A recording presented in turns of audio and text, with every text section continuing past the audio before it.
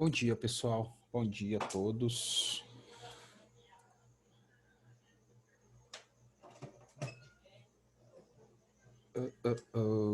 Olá, bom dia.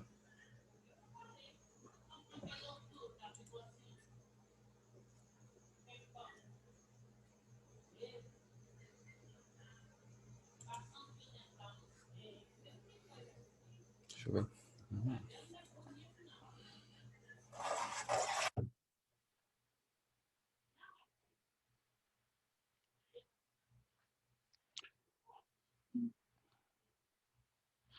Bom dia, bom dia. Pessoal, para quem já está aqui, isso, igual a Letícia, igual a Letícia fez, se puder fazer, fica bom para mim, porque depois eu registro. Bom dia, Brenda. Eu registro no chat, ou no chat, na pauta depois eu pego o áudio não, o registro do chat e dou uma olhada para eu não ficar fazendo na hora, porque senão já perde-se um tempo, né, esperando os retardatários. E se eu fizer a chamada também junto, aí a gente não faz nada. Café é sempre importante. Bom dia, Alice, tudo bem? Vamos dar mais um tempinho aí, né, pessoal, para a gente iniciar. Eu tenho duas coisas, na verdade, isso está me incomodando.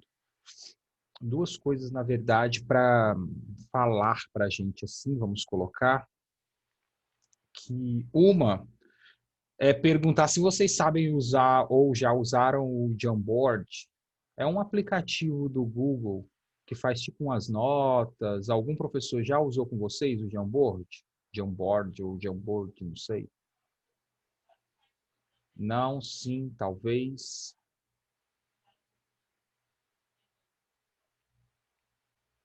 Jesus. Beleza.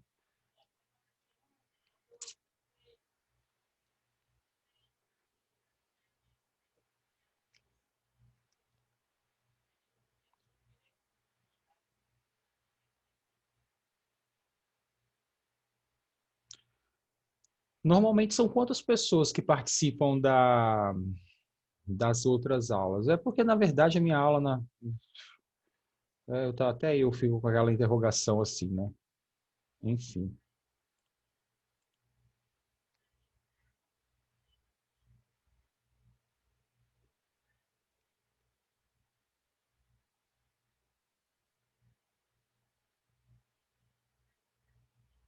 vou dar mais um minutinho para a gente começar, tá?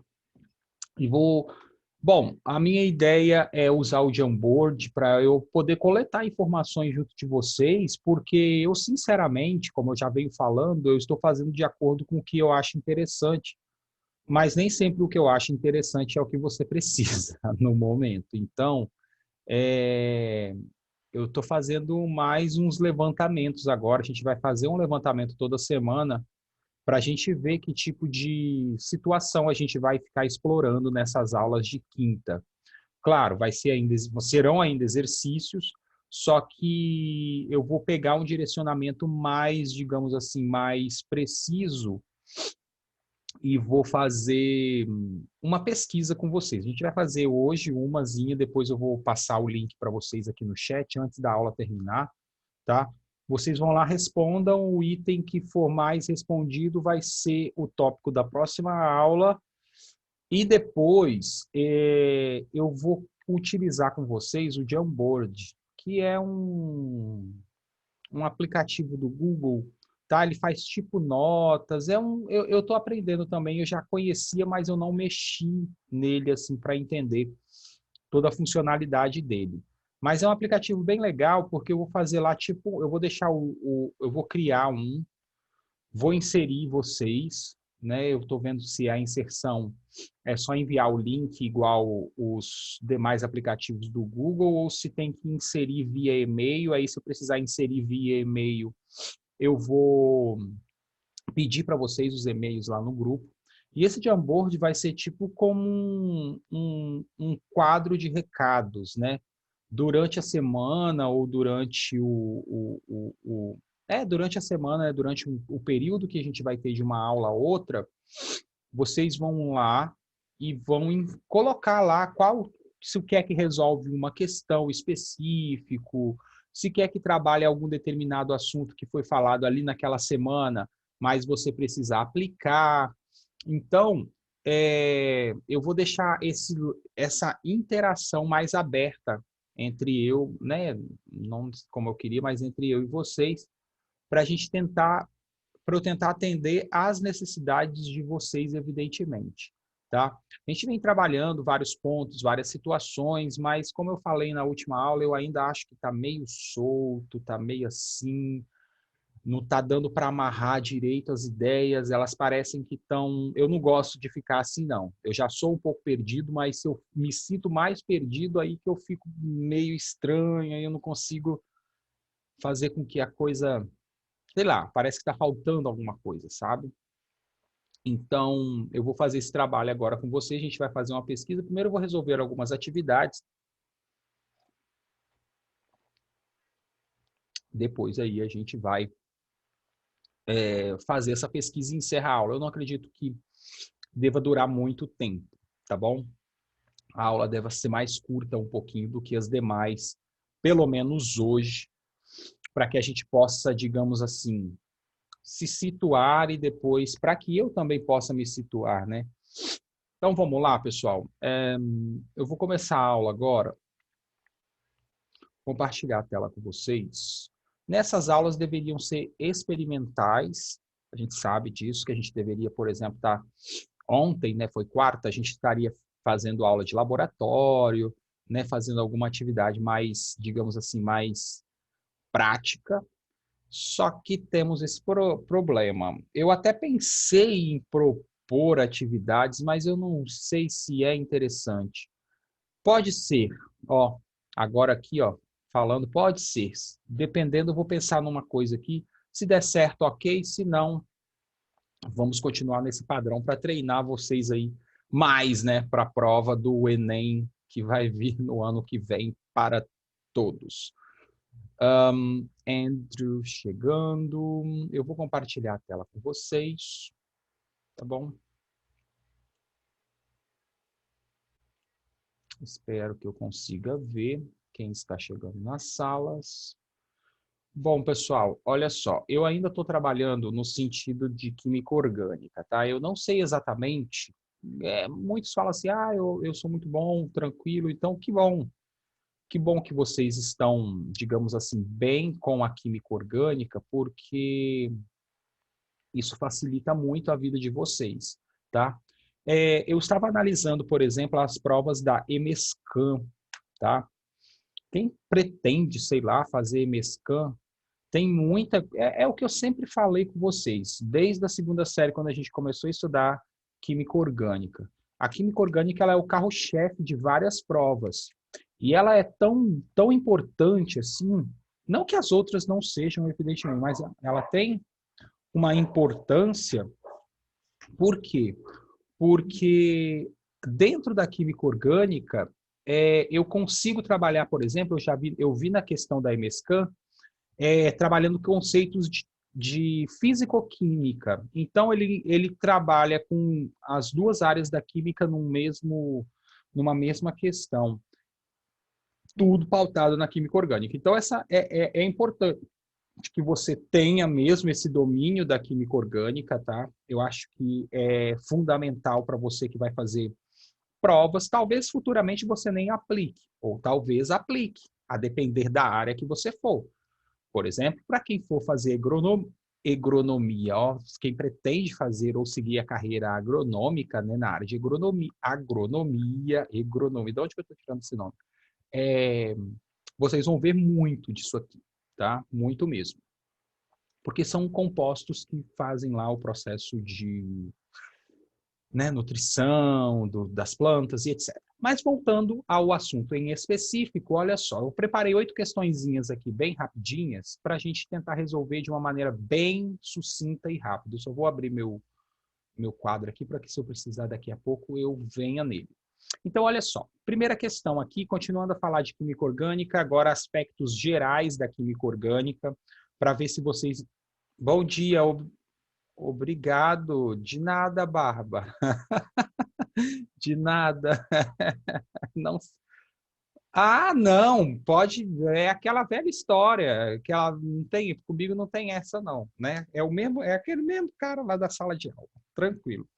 Então, o armazenamento de certas vitaminas no organismo apresenta grande dependência de sua solubilidade, tá? Então, olha só que interessante, agora trabalhando uma questão que trabalha com propriedades dos compostos orgânicos, e essas propriedades, elas não só se relacionam com os compostos orgânicos.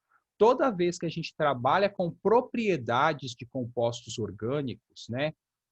Opa, propriedade... Ah, tá. Começou a lentidão de novo. Propriedades de compostos orgânicos.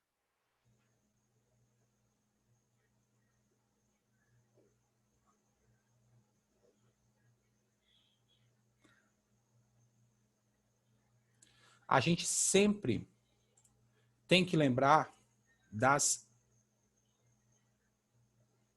interações intermoleculares, que são aquelas três, né? Na verdade, são duas, mas ela se ramifica. A dipolo induzido em compostos apolares, a dipolo-dipolo, que pode ser de dois tipos, né? Dipolo-dipolo comum ou ligações de hidrogênio. Então, basicamente, a gente tem essas interações. Então, toda vez que eu trabalho com propriedades de compostos orgânicos, é importante que a gente tenha essa noção. Por quê? Porque vai ser importante a gente entender, por exemplo, que compostos polares e apolares, eles têm determinados comportamentos, como, por exemplo, a solubilidade em água afetada por essa característica, né? Então, se eu penso um composto apolar, ele é insolúvel na água por um determinado motivo, e o motivo se encontra justamente aqui nas interações intermoleculares que compõem essas substâncias. Então, aqui a gente tem alguns exemplos de vitaminas, tá? Alguns exemplos de vitaminas, e ele vai perguntar o seguinte, deixa eu só apagar isso aqui. É mais fácil o jumento fazer isso aqui, ó.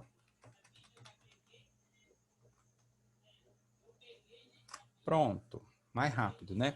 Então, aqui a gente tem 5 moléculas de vitaminas e ele diz o seguinte: dentre as vitaminas apresentadas na figura, ou seja, pelas figuras, na verdade, aquela que necessita de maior suplementação diária é. Então vamos lá, eu nem acabei de ler aqui em cima.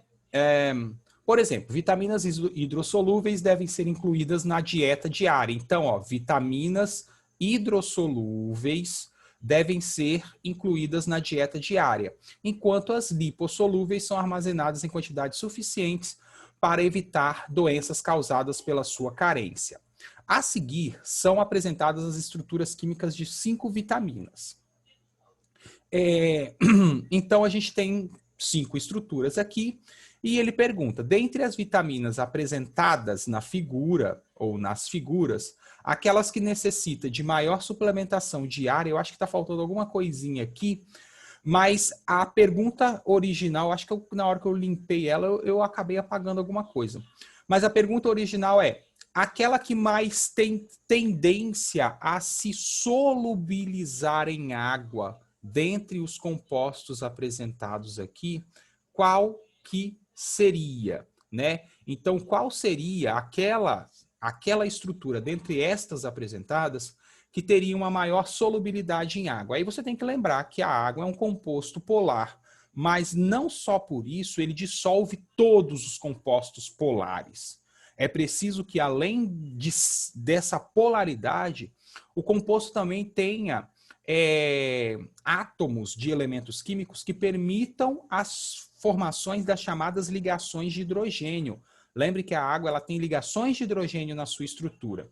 Então, como que eu observo esse tipo de fenômeno? Deixa eu ver aqui se não tem ninguém chamando no chat aqui para entrar. Como que eu observo esse tipo de fenômeno? É só você observar a presença de grupos hidroxila na cadeia carbônica, né? Os grupos OH. Então, quanto maior o número de grupos OH, maior é a tendência. Eu não vou dizer que é efetivamente, porque isso depende da cadeia carbônica também que forma o composto. Mas, quanto maior a quantidade de grupos OH presente na minha molécula, maior é a solubilidade desse composto em água.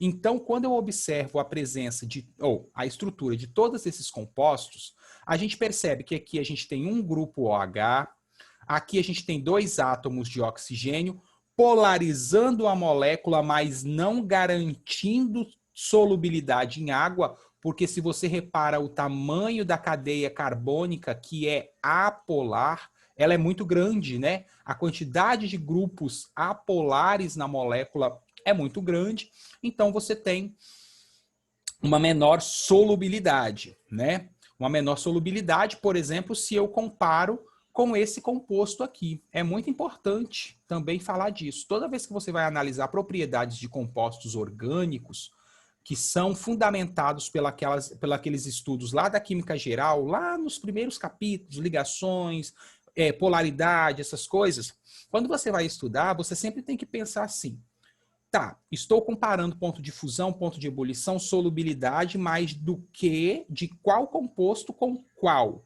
Então, por exemplo, se eu comparo a solubilidade do composto número 2 com a solubilidade do composto número 3, eu percebo que o composto número 2 ele é menos solúvel do que o composto 3. Por quê? Porque ele tem a presença de uma cadeia carbônica bem extensa. Isso não preciso nem falar mais nada. Ele tem a presença de uma cadeia carbônica bem extensa, tornando a molécula mais apolar, tá? É a mesma ideia do sabão. E a estrutura 3, ela tem uma maior solubilidade, porque perceba que, olha só, ela tem 3 não, mais 4 grupos OH na sua estrutura, aumentando as interações de hidrogênio com a água, né? Eita, aumentando as interações de hidrogênio com a água e fazendo assim com que ela seja mais solúvel. Então, se eu comparo esta estrutura com todas as demais que apareceram aqui, olha aí, com todas as demais que apareceram aqui, a gente vai perceber o seguinte. A gente vai perceber que a estrutura número 3 é a mais solúvel dentre todas. Por quê? Justamente porque ela apresenta o maior número de grupos OH. Então, aqui a resposta dessa primeira questão é número 3, letra C, né? Tranquilo. É muito importante a questão das propriedades, né? Saber organizar as moléculas de acordo com o seu ponto de fusão, quem tem o maior, quem tem o menor ponto de fusão, estado físico dessas substâncias, né? Ponto de fusão e ponto de ebulição requer que você entenda das interações intermoleculares, de polo induzido, de polo permanente, tá tudo junto, gente. Não tem como separar, tá? Não tem como eu falar de propriedades de compostos sem falar dessas interações, tá? É impossível. Então, quando você, toda vez que topar questões que trabalham com as propriedades dos compostos, lembre que essas propriedades, né, como propriedades físicas, principalmente, como ponto de fusão, ponto de ebulição, estado de agregação, solubilidade, elas dependem não só, mas para resolver as questões, você usa muito os conceitos de interações intermoleculares, de polo induzido, de polo comum, e o de polo especial, que é a ligação de hidrogênio, tá? Então fiquem atentos a isso. Vamos lá. Uma organização de um sistema biológico é a presença de sinais diversos utilizados pelos indivíduos para se comunicarem. No caso das abelhas, da espécie Apis mellifera, os sinais utilizados podem ser feromônios. Para saírem e voltarem de suas colmeias, usam um feromônio que indica a trilha percorrida por elas, composto A.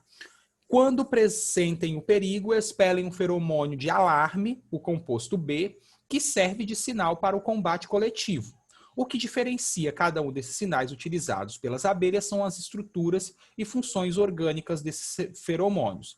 Então, perceba que provavelmente vai ser uma questão que vai trabalhar com a estrutura e que, evidentemente, com...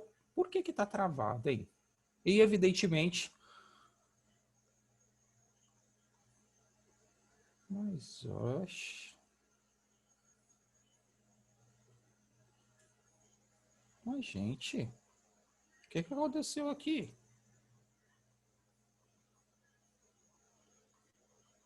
Mas, olha só. Por que saiu do lugar isso? Agora que eu fui ver isso. Questão 1. Questão 2. Olha só como que ficou. Tá, a questão 2 está aqui, mas como que ela veio parar aqui? Putz. Não salvar. Deixa eu abrir de novo. Não, ela continua, ó. Muito estranho. Mas aqui tem o composto A da questão e o composto B, que fala que é o alarme, e aqui é o composto da trilha, não é isso? E aí a gente tem o seguinte: dentre essas duas estruturas, ele pergunta aquela velha questão fácil: quais as funções orgânicas que caracterizam os feromônios?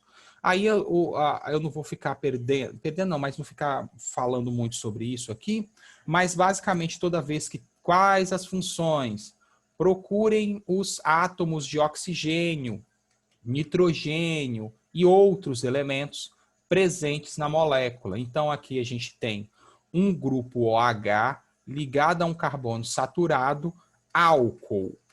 Aqui a gente tem uma estrutura escrita de uma forma diferente, mas quando você apresenta ou perceber o grupo COO ou CO2 também pode aparecer assim. No interior da cadeia, né, como esse aqui, COO, não é COOH, né? Ou CO2H também. Isso é um ácido carboxílico. Isso daqui é um éster, né? COO representa um éster. Então você tem aqui um álcool e um éster. Muito estranho, por que meu arquivo ficou assim? Agora eu tô bolado. Tava tudo certo antes de eu... álcool e éster, tá? Letra A, bem tranquilo. Agora eu vou ter que ir lá em cima depois de novo. Que doideira. Enfim, a abelha é produzida pelo fígado. Eu acho que essas questões de identificação de funções vocês estão bem tranquilos. A abelha é produzida pelo fígado, armazenada na vesícula biliar e tem papel fundamental na digestão de lipídios. Os sais biliares são esteroides sintetizados no fígado a partir do colesterol, e sua rota de síntese envolve várias etapas.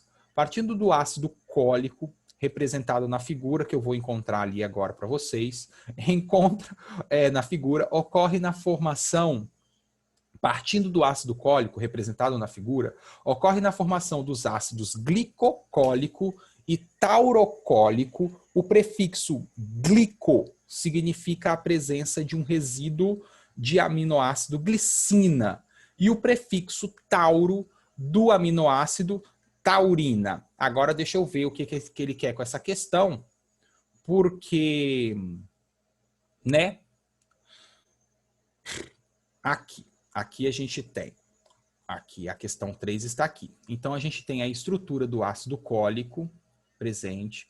Perceba que a gente tem grupos OH, então a gente tem uma função álcool presente aqui, a gente tem uma função ácido carboxílico presente aqui em cima.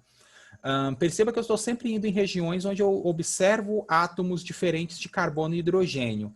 Oxigênio aqui em cima. Então a gente tem essas estruturas, um álcool e um ácido carboxílico, né? Álcool e ácido carboxílico é uma estrutura multifuncional, como as moléculas biológicas, tá? Elas são a maioria multifuncionais.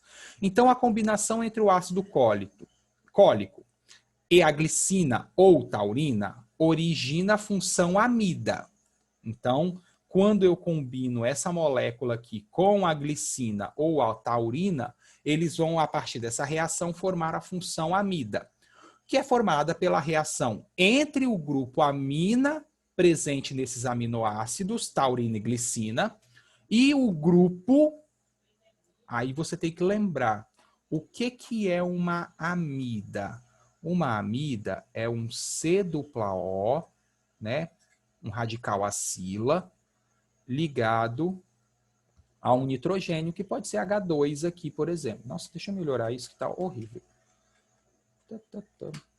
Então, aqui a gente tem um C-dupla-O, R é uma cadeia carbônica de qualquer tamanho, NH2, né? Que aí pode substituir esse grupo. Então, eu tenho que procurar na minha molécula de ácido cólico algum componente, alguma região da molécula em que eu consiga inserir um nitrogênio e, a partir dessa inserção desse átomo de nitrogênio ou de um grupo derivado da amônia, eu consigo formar uma amida. Se eu olhar aqui, nós temos um oxigênio com ligações simples, um oxigênio com ligações simples, não que eles não possam formar ligações duplas, tá? Ele pode perder esse átomo de hidrogênio aqui e formar ligações duplas, mas quando eu observo na estrutura da molécula essa região aqui, as reações, elas tendem a acontecer digamos assim, em locais da molécula, né, que são mais reativos. Então, você percebe uma maior concentração de oxigênio aqui nessa região. Então, aqui você tem uma tendência maior e, claro, como sendo um ácido carboxílico, a gente sabe que os ácidos, quando em meio aquoso, eles tendem a liberar o H, né, um dos seus hidrogênios, um ou mais.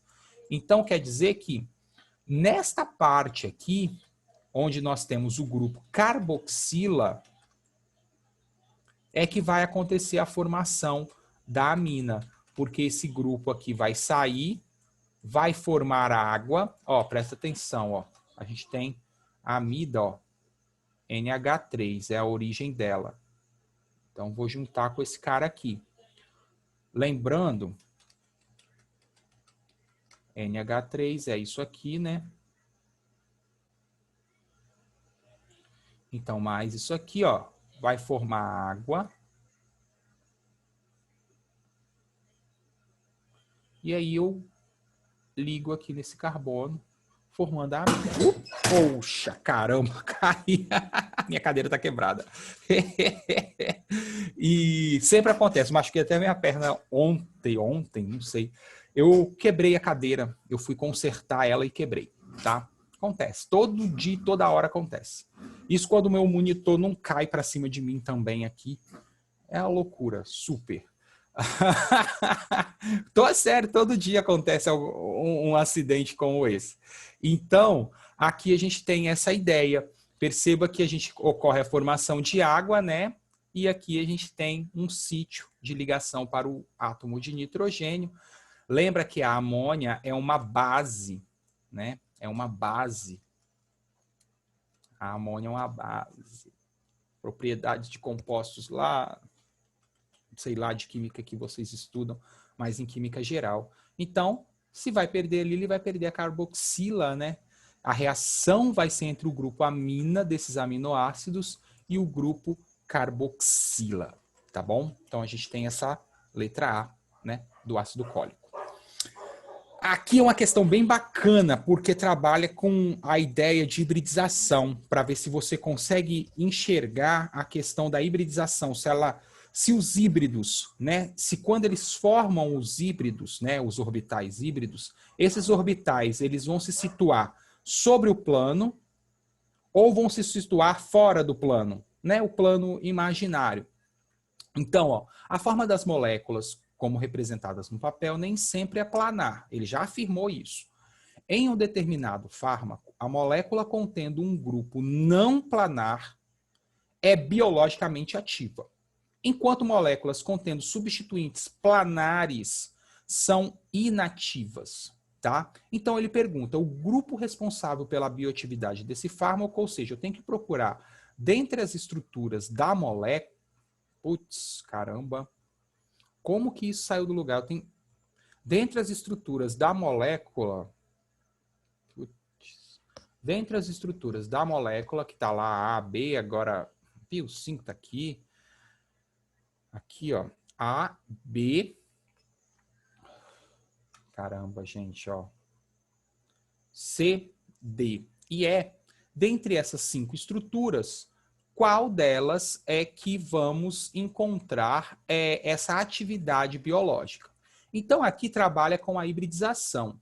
No caso da hibridização, pessoal, vocês têm que lembrar o seguinte. Olha só. Se tiver alguém pedindo para entrar ali, vai estar esperando, porque eu não vi, não. Gustavo, cair é sempre, cara, toda hora. No caso da hibridização, olha só. Cadê? Aqui, esse site que eu achei mais interessante. A gente tem que lembrar que o átomo de carbono ele faz 3 tipos de hibridização, 3 tipos de hibridização básicas no ensino médio. sp3, sp2 e sp. Cada um desses tipos de hibridização geram também geometrias. A sp3 gera uma geometria tetraédrica. A sp2 ela vai gerar uma geometria trigonal plana. E a sp3, falei tudo errado. A sp3 ela vai gerar uma geometria tetraédrica. A sp2 uma geometria trigonal plana.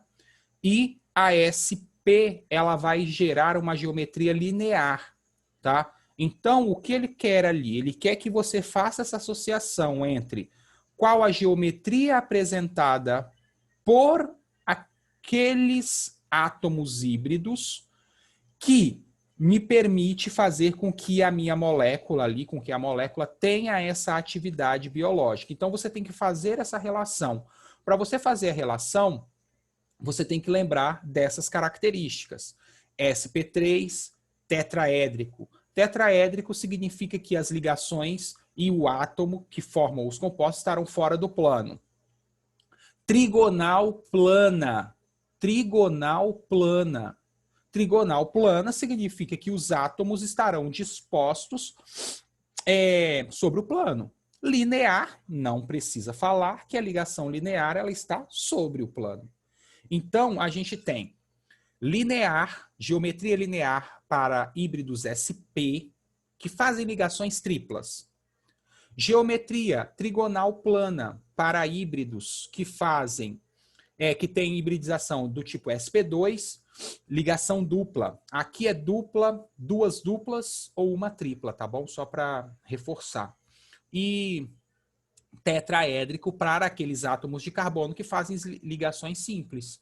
Então, quando eu observo os compostos, na letra B a gente tem carbonos híbridos do tipo sp2. Então não pode, porque a gente sabe que essa geometria aqui faz com que essa hibridização faz com que os átomos localizados nessa parte da molécula estejam sobre o plano. Então ela não pode ser planar, então não pode ser a letra B. A letra C, que está lá para cima, letra D e letra E, percebam que todos têm híbridos sp2. Essa daqui, então, tá na cara que é uma trigonal plana.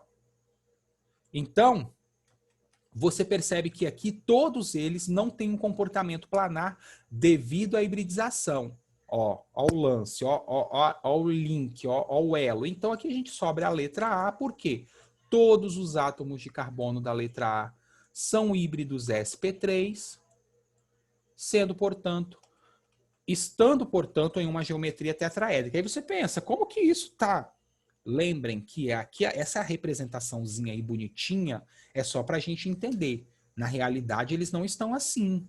Eles estão para cima, para baixo, eles estão juntos, formando um ciclo, mas eles estão em posições, eles ocupam posições no espaço. Não tem como eu fazer isso no papel, então a gente utiliza o plano. Mas na prática a gente tem que lembrar que isso não existe assim, bonitinho do jeito que está escrito ali, tá? Ele tem uma organização geométrica que parte da sua hibridização. Bem tranquilo. Achei muito bacana essa questão. Questão 5. Olha só que bacana também. William, essa questão 5... Foi a questão 5? Isso. Você havia me perguntado, por exemplo, isso foi no particular, se existiam funções orgânicas que a gente não estuda no ensino médio. Não são. Algumas escolas estudam, outras não, depende do material. O nosso material ele não vai a esse nível de profundidade, apesar dele ser bem intenso, ele não chega lá. Os organofosforados. Eu tinha falado de derivados da amina, verdade, também tem outras funções nitrogenadas que a gente não estuda no ensino regular, médio, e também, se você reparar, a gente não tem, não sei no livro de vocês, mas pelo menos até a segunda série do ensino médio, vocês não conseguem observar compostos organofosforados, tá? Organofosforados são aqueles compostos orgânicos que apresentam átomos de fósforo na sua estrutura, tá? Então fiquem atentos, porque, por exemplo, esse tipo de situação é muito comum em questões biológicas, né?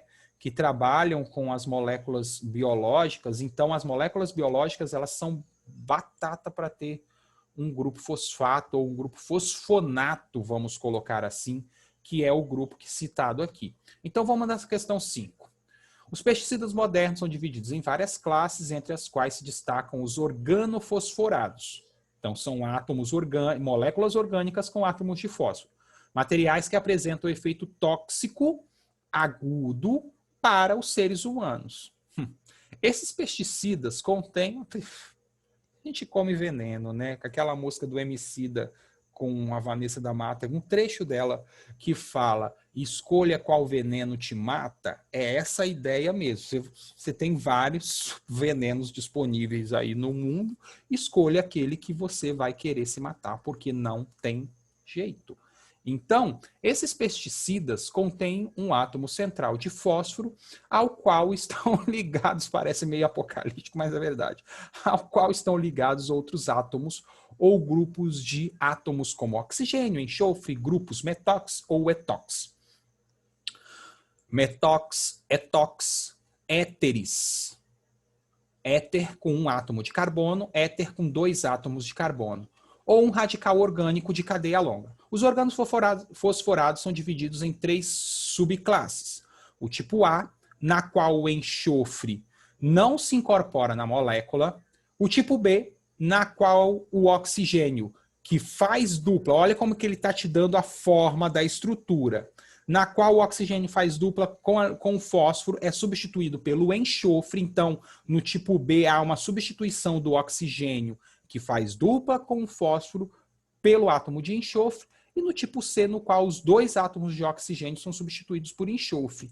Então, o exemplo de pesticida organofosforado tipo B é representado em qual? Primeiro eu tenho que, tipo B, que apresenta grupo etox. Etox, na sua fórmula estrutural, está representado em... Bom, etox é isso aqui, ó. Isso é um etox. Né? Aqui a ligação vai se processar pelo oxigênio. Então, eu tenho que procurar, a princípio, moléculas que tenham isso aqui. A primeira não é, porque é um metox, isso aqui. Além disso, o tipo B, o átomo de oxigênio ligado ao fósforo, tem que ser substituído por enxofre, então não pode ser a letra A. Aqui a gente tem a substituição do átomo, mas grupos etox, ó, um carbono, éter, então é um etox, tá? Cristo Pai, onde foi parar isso? Meu Deus do céu. Aqui. Grupos, letra C, a gente tem o mesmo problema, olha lá, tem o enxofre substituindo o oxigênio, mas grupos metox ligado ao fósforo, ele quer grupos etox, né, com 2 carbonos. Aqui a gente tem também um problema similar, tem a substituição do oxigênio do fósforo por enxofre, mas aqui você não tem grupos etox, olha só. Aqui você tem um outro agrupamento que deve ser outro tipo de composto. Aqui eu não sei se é uma ligação dupla, aqui não sei se é uma ligação simples, não dá para entender direito. Mas não é justamente porque aqui a gente não tem um etox. Eu não estou entendendo se é uma ligação dupla isso aqui. É uma ligação dupla. Vixe, Cristo, isso aqui tá ligado aonde? Essa aqui não vai ser mesmo, então. Credo. Doideira. E a letra D, olha só. A letra D, ela completa certinho. A letra E, perdão. Ela completa certinho, ó. O S, grupos metox e um radical ligado ao átomo, né? Que é o grupo R. Ups, perdão. Um radical aqui, ó. Que é o R ligado ao grupo fosfonato, que é esse aqui, ó. R, P, dupla O, H, H, que é justamente aqui, ó, o R substituído por uma cadeia carbônica, beleza? Esse é o grupo fosfonato. Bem tranquilo, trabalha com a estrutura, trabalha com, se você consegue fazer o link entre as estruturas que ele vai citando no texto e a ideia da estrutura da molécula, né? Ver se vocês conseguem fazer isso. Questão número 6, essa questão 6 é muito fantástica, porque, tipo assim, trabalha com reações, mas você não precisa entender o comportamento reacional, você simplesmente consegue resolver ela observando isso aqui. Olha que bacana. Então, o nylon, ele fala sobre o nylon, sobre a história do... Na história não, mas fala como ele como ele é elaborado. Então, ele parte da reação entre um ácido dicarboxílico, né, que tem 2 carboxila na sua estrutura, e uma diamina. Então, eu pego 2 moléculas desses ácidos, né, um ácido dicarboxílico e uma diamina, reajo, né, em condições apropriadas, e eu vou formar o nylon. Na época da invenção desse composto, foi proposto uma nomenclatura comercial, ó, baseada no número de átomos de carbono do diácido carboxílico, seguido do número de átomos de carbono da diamina. Então, ele pede o seguinte: de acordo com as informações do texto, o nome comercial de uma poliamida resultante da reação do ácido butanodioico com 1,2 diaminoetano então eu tenho que pegar. Quem é o ácido butanodioico? But tem 4. Então eu começo escrevendo a quantidade de carbonos. Dioico significa que tem 2 coisas. Oico é o grupo OH, ou carboxila, perdão. Então aqui a gente tem, ó, o ácido butano, porque são 4, dioico. Perceba como que é a estrutura do nylon. Perceba as minhas moléculas originais, o ácido e a amina. Perceba em que parte elas se juntam. Onde? Que pedaço fica? Que pedaço sai da minha molécula? Em que local acontece a ligação entre os dois? Porque quando você for responder a questão, você não precisa saber da reação. Se você pegar e analisar esses detalhes na estrutura formada, você percebe 2 coisas. Que do ácido carboxílico, ó, o grupo OH vai sair. Que de um dos nitrogênios aqui, ó, pode ser até dos 2, a depender do tamanho. Na verdade, dos 2. Os 2 vão perder um átomo de hidrogênio. Olha lá, sobrou NH. E depois o que vai acontecer? Um dos nitrogênios vai se ligar à cadeia do ácido, formando então um monômero. Isso daqui a gente chama de monômero. É como se fosse um bloquinho. Quando você observar esse tipo de escrita, que tem uma estrutura química dentro de um colchete, e aqui embaixo tem um Nzinho, ele está representando um polímero, ou seja, significa que esse pedaço aí, que está dentro do colchete, com o N embaixo, significa que ele vai se repetir você vai se repetir em uma quantidade muito diversa. Por isso que é o N ali. Significa que esse trecho da molécula, que é chamado de monômero, é como se fosse um bloquinho que constrói uma parede, tá? De monômero, vai se repetir muitas e muitas vezes ao longo da minha estrutura. E, então, pensando nisso, a gente tem o seguinte, 1,2 diaminoetano et, diamino significa que é isso aqui,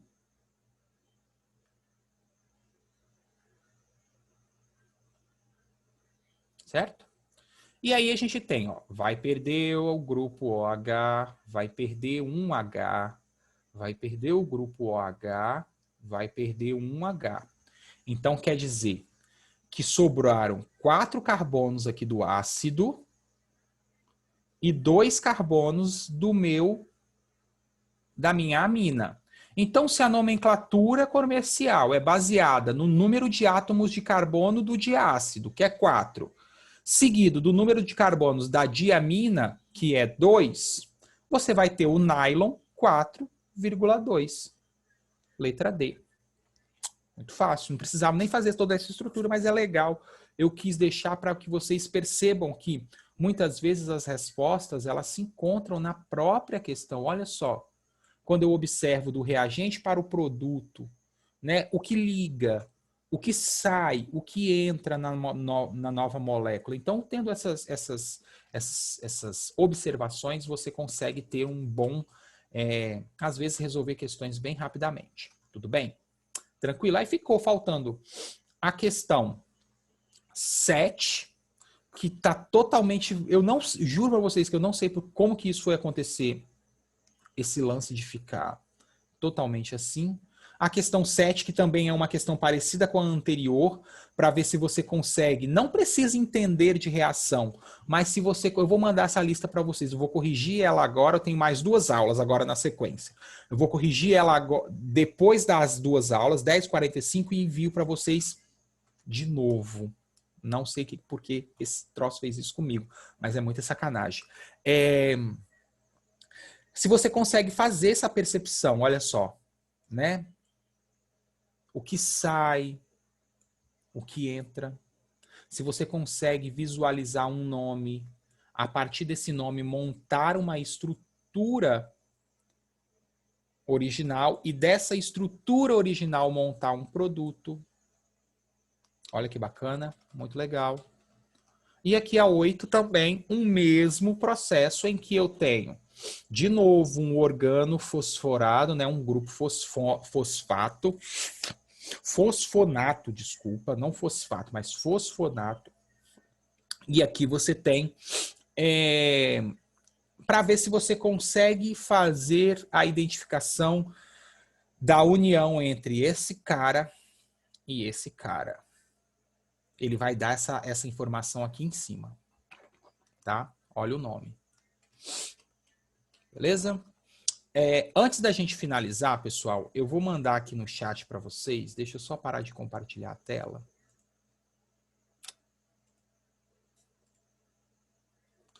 Vou mandar aqui no chat para vocês um link.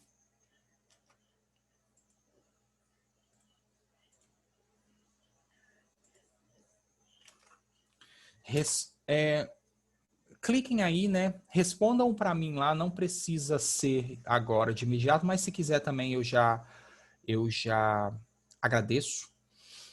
São tópicos que eu coloquei lá, então vocês vão marcar os tópicos que vocês, né, têm mais ou menos dificuldades, e a partir desta marcação, seria interessante a turma toda responder para eu ter uma noção geral, né? E a partir dessa marcação, eu vou trabalhar as próximas aulas. Não sei se vocês sabem utilizar o Jamboard. Se vocês não sabem, depois eu posso fazer um tutorialzinho. Eu também estou aprendendo, mas não é coisa besta, porque eu não parei ainda para mexer. Deu erro.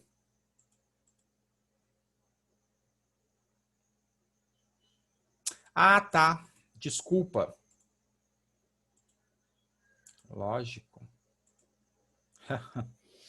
Eu fiz o... Deixa eu copiar de novo. É as nubices de cada dia. Vou enviar aqui de novo. Pronto. Pronto.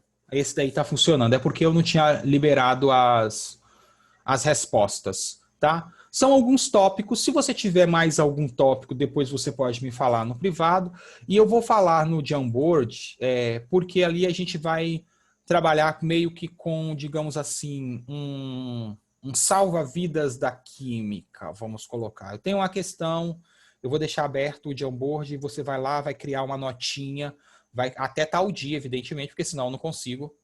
Tem uma questão, você vai deixar lá, resolva a questão tal, fale sobre isso, explique isso na aula, porque aí a gente vai tentar, eu vou tentar atender às suas necessidades reais, tá bom?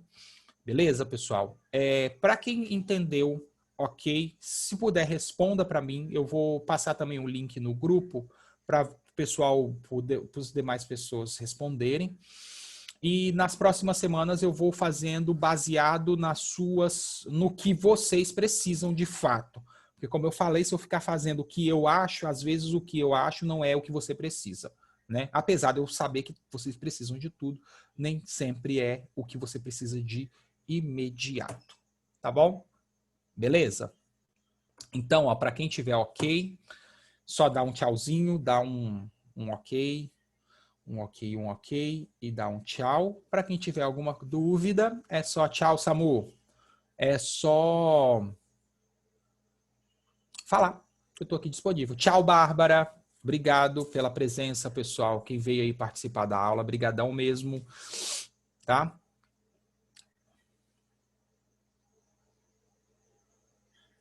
E aí eu vou corrigir a lista também e sair.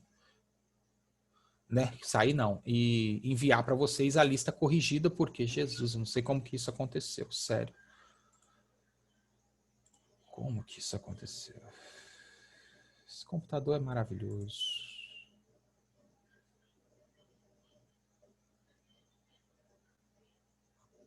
Certinho. Pessoal, ok. Vocês costumam ficar na sala? Vocês saem? Vocês esperam ser derrubados da sala, assim, de uma vez? Porque quando a gente fecha a reunião, todo mundo sai. Eu normalmente espero vocês saírem, mas se for o caso, eu posso fechar a sala.